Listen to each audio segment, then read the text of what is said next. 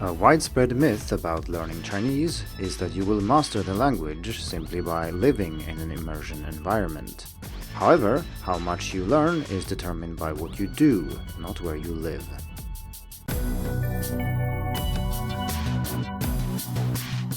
Hello and welcome to the Hacking Chinese podcast.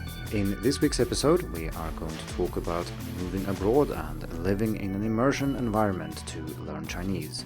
This has many benefits, but these are often overestimated, sometimes to the point that people think that simply living somewhere will enable you to learn a language. That is clearly wrong. Your coordinates on the earth do not determine how much Chinese you learn. That is instead determined by what you do. This has two important consequences, and the first one is that living in China, or anywhere else where people speak Chinese, even for many years, does not guarantee that you learn much at all. And the second consequence is that even if you stay in your home country, you can still learn Chinese. You don't have to go abroad. In this week's episode, I'm going to talk about the first one, namely about living in an immersion environment and what that means, and I have covered the other case about immersion at home in an article called Immersion at Home or Why You Don't Need to Go Abroad to Learn Chinese. And as usual, I'll put links to things that I mentioned in this episode in the show notes. I use the word myth to describe the idea that you will learn a language simply by living abroad. So let's talk about myths a little bit and why they matter for us as learners and indeed teachers of Chinese. Some myths about language learning or learning Chinese in particular are rather harmless, but others can have serious negative consequences if you believe in them. Now, I have no way of knowing if you, the listener, actually believe in any of the myths that I will mention here, but I do know that many students do and that this does affect their learning. For example, thinking that native speakers are infallible guides to the Chinese language will make you feel frustrated and confused. This is something I have experienced many times myself, and I was a bit confused and frustrated in the beginning, but then I realized that this is just the way of things. So, for example, you might ask someone if you should say A or B here, and the person says that A is correct and that B is incorrect. Then you encounter another native speaker later who says the exact opposite, that B is correct and that nobody says A, which you know is clearly wrong because you just spoke to another person who does think that A is the better alternative. I encountered an extreme form of this when I tried to practice the pronunciation of my family name in Chinese, which is Ling, so that's L-I-N-G.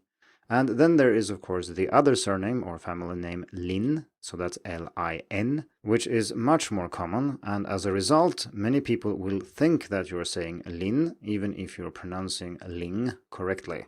I didn't know that 15 years ago, and so I assumed that the NG final I was pronouncing was incorrect somehow, and maybe it wasn't perfect, but it certainly wasn't an N. That would be a very strange merger to do, coming from a language which does make a difference between N and NG already. Now, the frustrating part here was that we spent 30 minutes practicing this distinction, but it turned out later that the native speaker in question could not make a difference between N and NG. So they merged these finals and pronounced them without consistency, sometimes saying it with an N, sometimes with NG, but often just N. Clearly, the native speaker here did not realize this, and it is very hard to hear what you yourself say and analyze your own phonology, as it were, but it can make it very tricky if you are trying to teach something you cannot pronounce yourself. The point here is that many students, especially beginners then, believe that native speakers know everything about their native language, and this is clearly not true. The reason I bring it up here is because it's a good example of when believing in a myth can have a negative impact on your learning. There are many other myths about learning languages and learning Chinese that can hurt your prospects quite a lot if you believe in them, such as that it's impossible to learn Chinese if you've reached a certain age, which might stop you from learning Chinese in the first place, and I guess if that were the case, you wouldn't be listening to this episode, but I think you understand what I mean.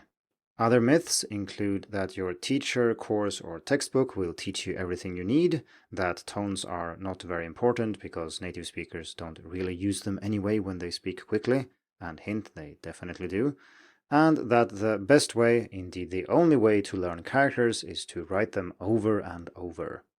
At some point, I want to write something longer about myths related to learning Chinese, so if you have any suggestions, maybe it's a myth you believed in but you now know better, or it's a myth that you see other students around you believe in, do let me know. Leave a comment on the article on Hacking Chinese or simply email me at editor@hackingchinese.com.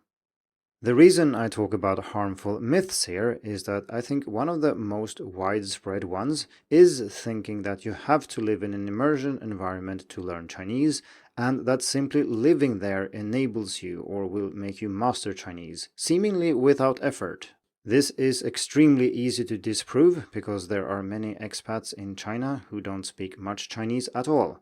Like I said earlier, it is not your geographical location that determines how much Chinese you learn, but what you do with your time. You have probably observed this in your home country as well. I live in Sweden, and there are many foreigners here who speak English well and don't feel the need to learn Swedish at all. And so it's not uncommon to have lived here for 10 or 20 years and still only use English. The situation is somewhat different in English-speaking countries, of course, but there are still many foreigners who don't learn English even if they live in the US or England or Australia. In all these cases, it's probably because they don't engage with the language, they don't use it for day-to-day communication, and they probably have another strong language they can use instead. I think the specific languages do matter here, though. For example, if someone speaking Swedish, French, or English tries to learn Chinese, that is not the same thing as a Swedish person moving to Germany or an English-speaking person living in France. To understand why this is the case, let's zoom out a little bit. So, in order to learn a language, we need to be able to connect spoken or written forms of the language, so that would be, say, spoken words and phrases or things written down on a piece of paper, and we need to be able to connect that then with meaning, something meaningful.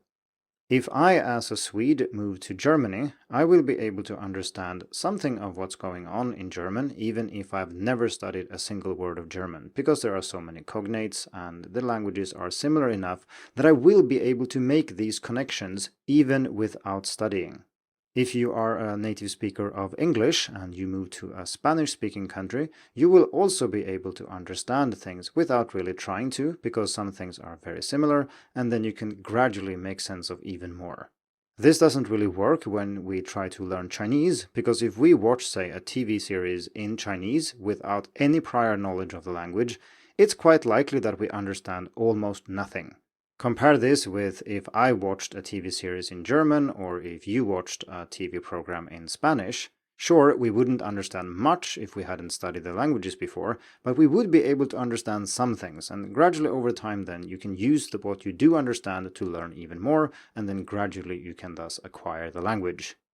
This requires you to get over a certain threshold though, and before you do that, you won't benefit much from hearing Chinese around you or seeing characters everywhere you go. There are many ways to get over this threshold, and I'm not saying that you can't learn Chinese without studying things explicitly, of course, because let's say someone is talking Chinese specifically with you, they can then use Chinese, they can use images, body language, and so on, to make sure you make the connection between what they say and what they mean, but this is because it's directed at you. If you're just listening to someone talking with their friend on the bus, you are likely not going to understand anything at all as a beginner. This matters quite a lot if you, say, live in China but work mostly using English and maybe most of your social contacts are in English as well. Then, if you haven't studied any Chinese, simply living in China doesn't teach you hardly anything. I mean, of course, you will learn some things, you will pick up greetings and some very common words, but building any kind of serious proficiency simply by being surrounded by the language in this rather passive manner is going to be very difficult. Note that immersion usually refers to when you are immersed in the language. So if you're working in your native language and you stay in touch with your old friends over the internet and you mostly watch TV series and films in your native language and so on, you are not really immersed in Chinese at all. And then, of course, it becomes even more obvious that simply doing all these things in China doesn't have much positive impact at all on your Chinese. What does have a positive impact on your Chinese is when you engage with the language. This is something that requires time, energy, and effort, and especially when you just start learning, making sense of what you see and what you hear is taxing. Sure, it can also be exhilarating, fascinating, and fun, but it does require a lot of effort. I remember sometimes being quite frustrated by this as a student. After returning to Sweden after living in Taiwan for 2 years, many people said things like, "Oh, you've lived in Taiwan for 2 years, I guess you must then be fluent in Chinese." And without getting into a debate about what fluent means and if I were indeed fluent back then, this kind of question is a bit annoying because I know that the reason I had achieved the level I had in Chinese was because I did immerse in the language and I spent an awful lot of time and energy learning Chinese. And knowing also that many other people had lived in Taiwan the same amount of time as I had, and they didn't learn much Chinese. And then it feels a little bit weird to say, "Oh, you learned this because you lived there."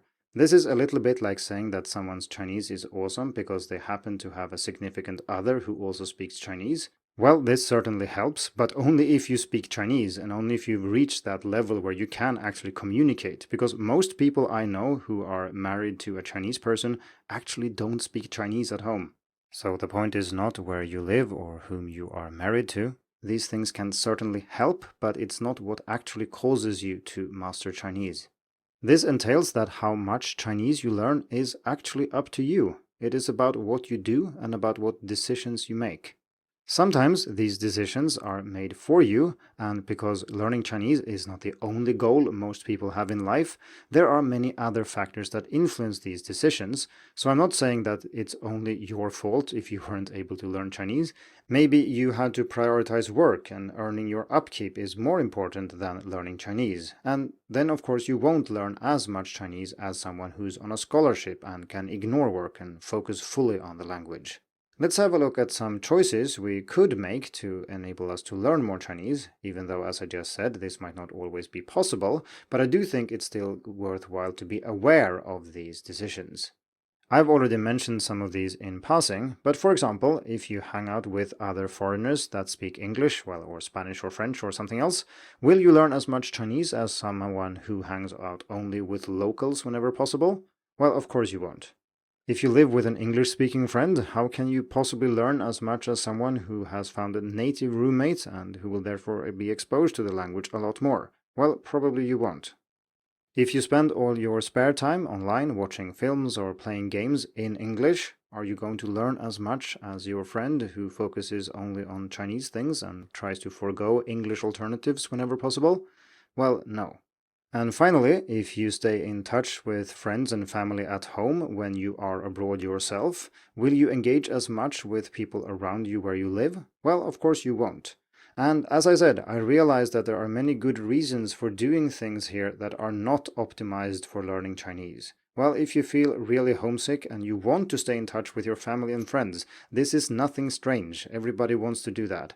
But it also does have a cost in terms of how much Chinese you learn. I've taught many students at university who go abroad for 1 year in the middle of their education and then they come back.